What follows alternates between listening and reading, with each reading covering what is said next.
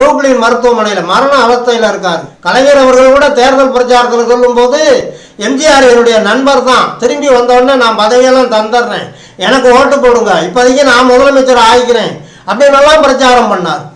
இன்னும் சொல்ல போனால் கலைஞர் அவர்கள் புரட்சித் தலைவர் எம்ஜிஆரை சொல்லும் போது அவர் இறந்துட்டாருன்னே சொன்னார். ஐஸ் பெட்டியில் வச்சு தான் அமெரிக்காவுக்கு தூக்கிட்டு போயிருக்காங்க, அவர் இனி திரும்ப வரமாட்டார், அப்படி திரும்பி வந்துட்டா நான் என் பதவியை தந்துடுறேன்னார்.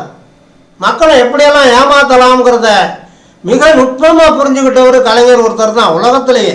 அந்த நிலையில் இருந்த புரட்சித் தலைவர் எம்ஜிஆர் புரூக்ளின் மருத்துவமனையில் உயிரோட இருக்கிறாரா இல்லையான்னு தெரியாமல் கூட இந்த ஜனங்கள் எம்ஜிஆர் நிச்சயம் வருவார், உயிரோட இருப்பார், அவர் தான் எங்களுக்கு வேணும்னு சொல்லி ஓட்டு போட்டு அவரை முதலமைச்சராக ஆக்குனாங்க.